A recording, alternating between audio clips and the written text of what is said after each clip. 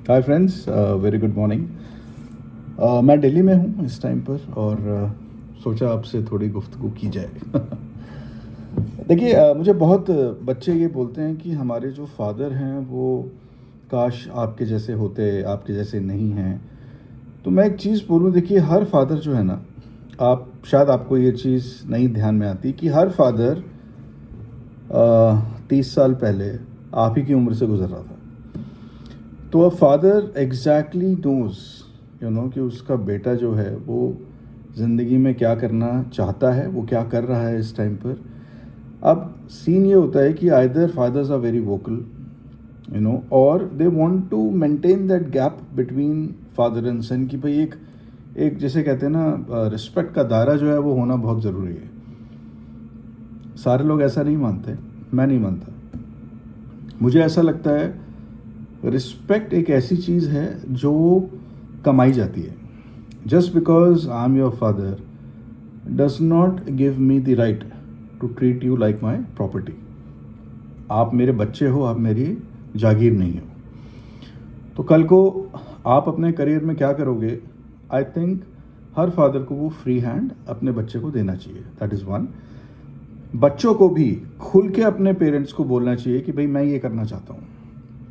आज इसका स्कोप शायद नहीं दिख रहा है, बट हो सकता है आज से 5 साल बाद किसने सोचा था कि सौरभ जोशी यूट्यूब को रीडिफाइन करेगा। और आज की डेट में I mean you guys can see वो क्या कमा रहा है।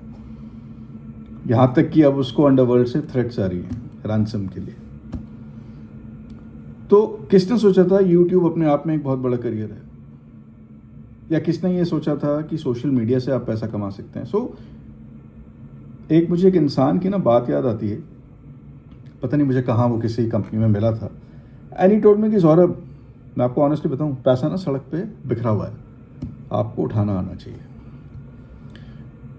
प्रॉब्लम कहाँ है, हर फादर ये चाहता है कि उसके बच्चे का करियर बने, बट इवेंचुअली वो चाहता है यही है कि बच्चा जो है ना खूब सारे पैसे कमाए। इसलिए हम कभी डॉक्टर, इंजीनियर इसके आगे बढ़ ही नहीं पाते। आइडली आप बच्चे को वो करने दो जो बच्चा करना चाहता है, क्योंकि जो वो चाहता है जब वो वहाँ कर रहेगा ना, उसको कंपटीशन मिलेगा, तो he will do his best to prove himself, क्योंकि वो उसके टेस्ट का सब्जेक्ट है। फादर से फ्रैंक होना अच्छी बात है। मैं यूट्यूब पे ये बोल सकता हूँ, कल को शौर्य की अगर गर्लफ्रेंड बनती है एंड मुझे नहीं पता वो गर्लफ्रेंड बना के क्या करेगा, बट मैंने उसको बहुत कुछ पहले से ब्रीफ करा है। वो मानेगा नहीं मानेगा ये मुझे नहीं पता, but I have told him, remember Shaurya, I been through your age, I know, opposite sex हमेशा अट्रैक्ट करता है, but then you need to understand a few things, जिसमें सबसे ऊपर ये आता है कि आपको लड़की की इज्जत करनी है। Don't treat her like your property, because I as a father I am also not treating you like my property. अगर आपका ब्रेकअप होता है, अगर आपकी लड़ाई होती है, तो एक दायरे में रह के लड़ें, या फिर बहुत ज़्यादा अगर प्रॉब्लम हो रही है तो बात करना बंद कर दें, खत्म। बट आप किसी को इंसल्ट मत करिए, ब्लैकमेल मत करिए, किसी लड़की के साथ कुछ गलत मत करिए। और ये चीज़ मुझे लगता है मैंने समझाई शौर्य को, तो एटलीस्ट उसके माइंड में तो है। And I am just hoping कि वो ऐसा कुछ नहीं करेगा जिससे किसी भी लड़की को कोई प्रॉब्लम हुई, क्योंकि वो भी किसी माँ बाप की बेटी है। तो ये जो परवरिश होती है ना, ये लोग क्या तो देते हैं, रेपिस्ट होते हैं। पहली चीज़ ये आती है कि माँ बाप ने परवरिश ही नहीं करी। माँ बाप परवरिश एक टाइम के बाद नहीं कर सकते बच्चे की। They can guide you, they can lead by example, पर अगर उसके बाद भी लड़का इन्फ्लुएंस नहीं हो रहा है या बेटी इन्फ्लुएंस नहीं हो रही, तो आप कुछ नहीं कर सकते उसमें। और उसमें पेरेंट्स की गलती नहीं है बहुत जगहों पर।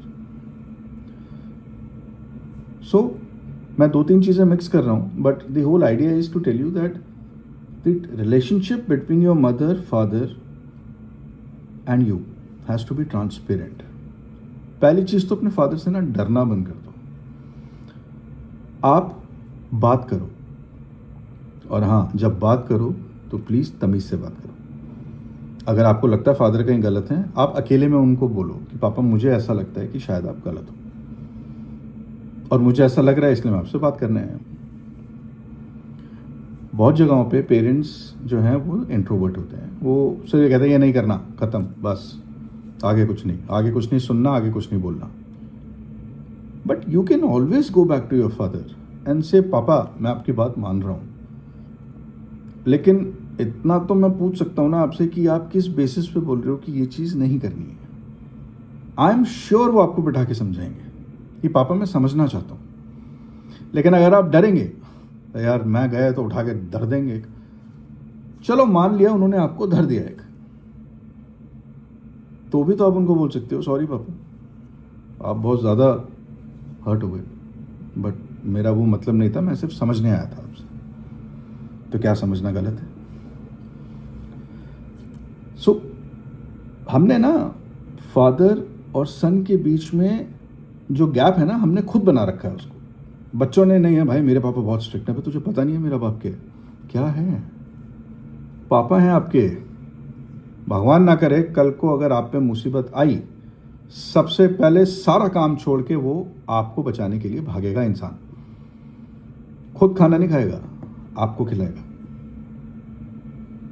Father is a father.